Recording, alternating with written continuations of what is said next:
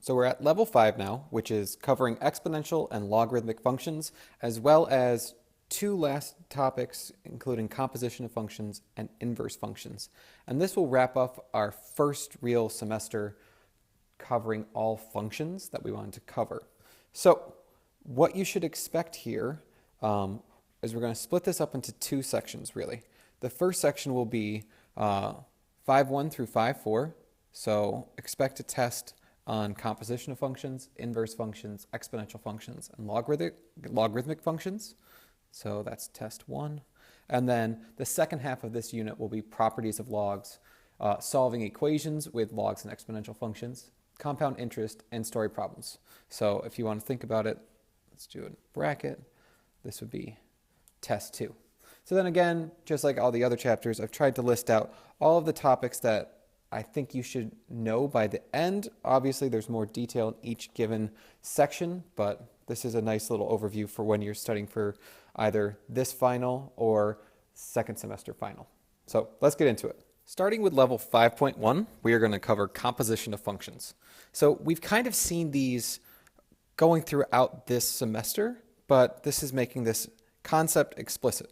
So a composition of functions is another way of describing a nested function. So a nested function means there's something inside another thing, or a function within a function. So if we look at this example here, we have 1 over x plus 1 squared. So this is a combination of two different functions. We have 1 over something squared and x plus 1. So we're taking x plus 1 and plugging it into 1 over x squared to get this new function. So in essence, we're calling this one f of x, and we're calling this one, sorry, we already did that. We're calling 1 over x squared f of x, and g of x is x plus 1, and we're plugging g into f. So that's how we get f of g of x. So now to our definition. If we're given two functions, then the composition of the functions is denoted f dot g, or some people read it as f composed with g. So f dot g, or you can say fog, some people like to say that, is defined by if f dot g of x, or f of g of x, then we're plugging g into x of f. So the domain of f dot g, or f composed with g, is the set of all numbers x in the domain of g, this is super important, such that g of x is in the domain of f. So we want to be in both g and the result of plugging in g for f. So again, we need to be super mindful of any places where we can't be for our domain. So let's look at a couple examples, and we're just going to be evaluating these. So suppose that f of x equals 2x squared minus 3, and g of x equals 4x. Find f of g of 1. So I want to know what, first, this is f of g of 1. So we work inside out. So what's g of 1? Well, g of 1 is 4 times 1, which is 4. Okay, so now I'm going to plug 4 into here. I want to know what f of 4 is. So f of 4 is 2 times 4 squared minus 3. So that's 16, double it's 32. 32 minus 3 is 29. So f of g of 1 is 29. That's not that bad. What if we went in reverse and we did g of f of 1, or g composed with f, plug in 1? So I first want to know what g of f of 1 is equal to.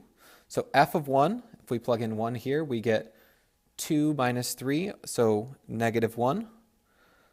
And that's what f of 1 is. So now, finding out what negative 1 is here, it's 4 times negative 1, which is just negative 4.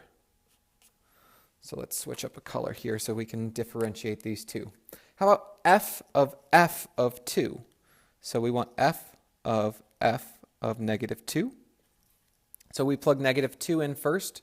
We get 2 times negative 2 squared minus 3, which is 4, 8, 5. So I want to know what f of 5 is, because this is our result and we plug it in. So we plug in 5 here. We get 25, I'll write this one out, times 5 squared minus 3. 25, 50, 47. So that's how we're finding these compositions. We're plugging on the inside and then we're working backwards. How about last one? Let's go with red. So g of negative 1. So g of negative 1. So we plug negative 1 in. We get 4 times negative 1. So that is g of negative 4. So then we plug negative 4 in and we get 4 times negative 4, which is negative 16. Last up, suppose that f is this function and g is that function. Find f of g of f, and find the domain of both. The domain is super important for all of these, so it's always going to come up with a question. So I want to know what f of g of x is equal to. This is A. So I want to know what f of 2x plus 3 is, which means wherever I see an x, I'm going to replace it with 2x plus 3. So then this is 2x plus 3 squared plus 3 times 2x plus 3 minus 1. So doing a little algebra here is I'm going to have to FOIL this out. So square the first, that's 4x squared. Multiply the 2, which is 6x, and double it. We should know this by now. Square the last is 9, plus 3 times 2 is 6x. 3 times 3 is 9, minus 1. So if I add up all the like terms here, I get 4x squared. 12x plus 6x is 18x. And 9 plus 9 minus 1 is 17. So this is f of g of x. And if we look, the domain of f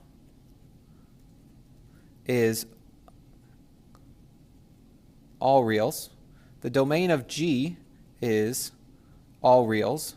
So f dot g, the domain, is also all reals, because there's no number that I can't plug in here or here for that to work. So I'm just going to give us a little bit of room here. If I do g of f of x, that's the same thing as g of f of x. Sorry, g dot f, g of f. Okay, so that means I want g of x squared plus 3x minus 1. So I'm going to plug this into g. I'm going to do this with a different color just so we can distinguish. So I'm going to have 2 times this whole thing, x squared plus 3x minus 1 plus 3. So if I do a little work, I have 2x squared. 2 times 3x is 6x. 2 times negative 1 is negative 2, plus 3 is plus 1. So this is f of g of x, and the domain for this, again, is all reals. So this is our first intro to composition of functions. Flip it over, and we'll do some more.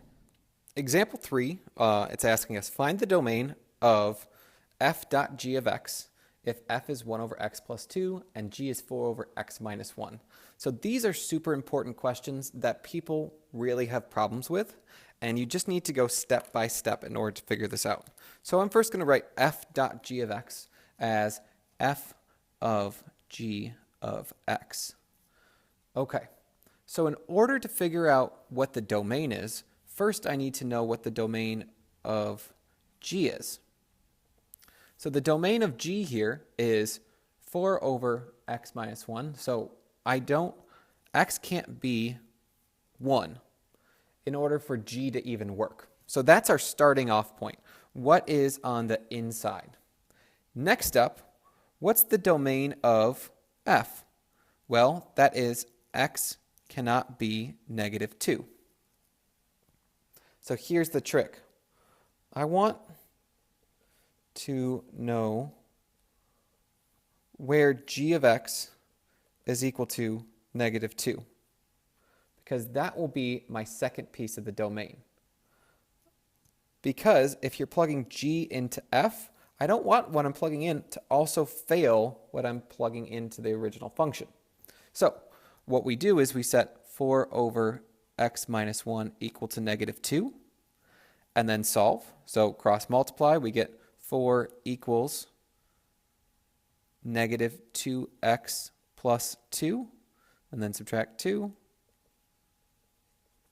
And then we get x equals negative 1. And in all of this, I don't want these to be equal, and I apologize for that. So the domain here, if I write it right up top, the domain of f dot g of x, and we write it like this, and then I'm going to put colon, which I already did, bracket, because we're doing a set, all numbers x, remember how we wrote this, such that x is not equal to 1 and x is not equal to negative 1. This is from g. This is from f of g of x. Okay. Let's see why we can just jump to this step without actually composing the two, because sometimes it is difficult to do the composition and it's easier to just find the domain. So again, suppose that we have the exact same functions, for example 4. Find f dot g of x. So I want to know what f of g of x is equal to. Or I want to know what f of 4 over x minus 1 is equal to, which means I'm replacing x with this whole quantity, which I know a lot of people will be frustrated with, but we're going to get used to it. So it's 1 over 4 over x minus 1 plus 2. I replace the x with this whole quantity. Okay, so now I can just do a simple math, clear the fraction on the bottom. So I'm left with 1 over 4 plus 2x minus 2. This is just multiplying everything through by x minus 1. And then if I simplify this up, I get 1 over 2x plus 2. Now if you notice, what number I can't use here is I still can't be negative 1, which is what we found. And since I plugged in g of x, I couldn't start with 1 to start with. That's why the domain here is both 1 and negative 1. Now, if I do the flip side of this, if I do g of f of x, which is g of 1 over x plus 2. So I'm going to plug in 1 over x plus 2 in for x, and I'm going to get 4 over 1 over x plus 2 minus 1. So again, if I clean this fraction up, multiply through by x plus 2, then I get 4 over 1 minus x minus 2, which is 4 over 1 minus 2 is negative 1, so negative x minus 1. Now, if I do a little math here, the domain would be, well, I can't be negative 2 to start with, because if I'm negative 2, that makes f fail. Also, what makes this 0 would be 1, because this is my new composition of functions. This is g of f of x. Now, I could have done the exact same thing as I did before. What makes g fail is 1, so I could set this not equal to 1 over x plus 2, which is x plus 2 is not equal to 1. X can't be subtract. I should get my 1, which I got. Perfect.